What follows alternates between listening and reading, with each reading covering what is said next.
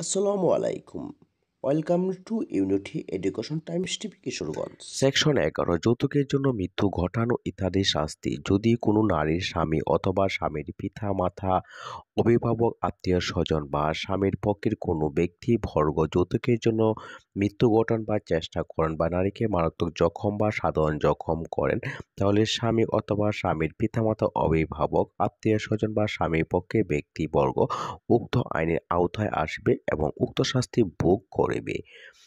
যারা এখন আমার চ্যানেলে নতুন দর্শক, এখন আমার চ্যানেলটি সাবস্ক্রাইব করেন নাই, আরও আইন বিষয়ক এবং তথ্যবহুল এবং শিক্ষামূলক ভিডিও পেতে আমার চ্যানেলটি সাবস্ক্রাইব করে দিবেন। আপনার মূল্যবান কমেন্টস বক্সে জানিয়ে দিবেন। নারী ও শিশু নির্যাতন দমন আইন 2000 সংশোধনী 2003 এর 11 খ ধারার অপরাধ ও শাস্তি কি হতে পারে? মৃত্যু ঘটানোর জন্য মৃত্যুদণ্ড বা মৃত্যু ঘটানোর চেষ্টার জন্য যাবজ্জীবন কারাদণ্ডে দণ্ডিত হইবেন এবং উভয় ক্ষেত্রে উক্ত দণ্ডের অতিরিক্ত অর্থদণ্ডে দণ্ডিত হইবেন। Subscribe my channel. নারী ও শিশু নির্যাতন দমন আইন 2000 সংশোধনী 2003 এর 11 খ ধারার অপরাধ ও শাস্তি কি হতে পারে? নারী ও শিশু নির্যাতন দমন আইন 2000 সংশোধনী 2003 এর 11 খ ধারার অপরাধ ও শাস্তি হিসেবে মারাত্মক জখম বা গ্রেভিয়াস ইনজুরি করার জন্য যাবজ্জীবন সশ্রম কারাদণ্ড অথবা অনধিক 12 বছর কিন্তু ন্যূনতম 5 বছর সশ্রম কারাদণ্ড দণ্ডিত হইবেন এবং উক্ত অর্থদণ্ডে দণ্ডিত হইবেন।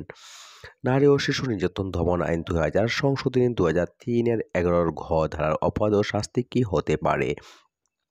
নারী ও শিশু নির্যাতন দমন আইন 2000 সংশোধনী 2003 এর 11 ঘ ধারার অপরাধ ও শাস্তি হিসেবে সাধারণ জখম বা সিম্পল ইনজুরি করার জন্য অনধিক 3 বছর কিন্তু ন্যূনতম 1 বছর সশ্রম কারাদণ্ড দণ্ডিত হইবেন এবং উক্ত দণ্ডে অতিরিক্ত অর্থদণ্ডে দণ্ডিত হইবেন।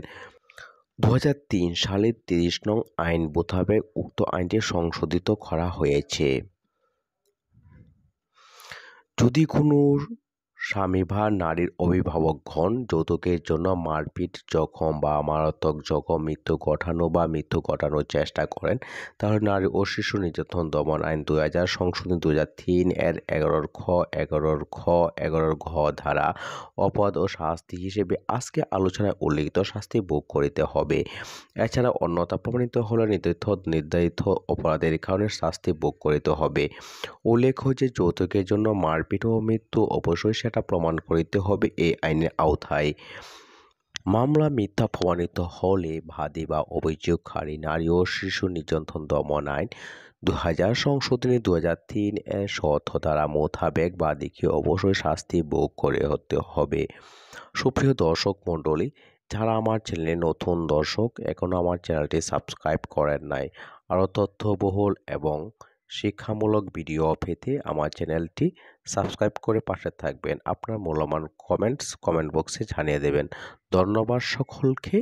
আল্লাহ হাফেজ।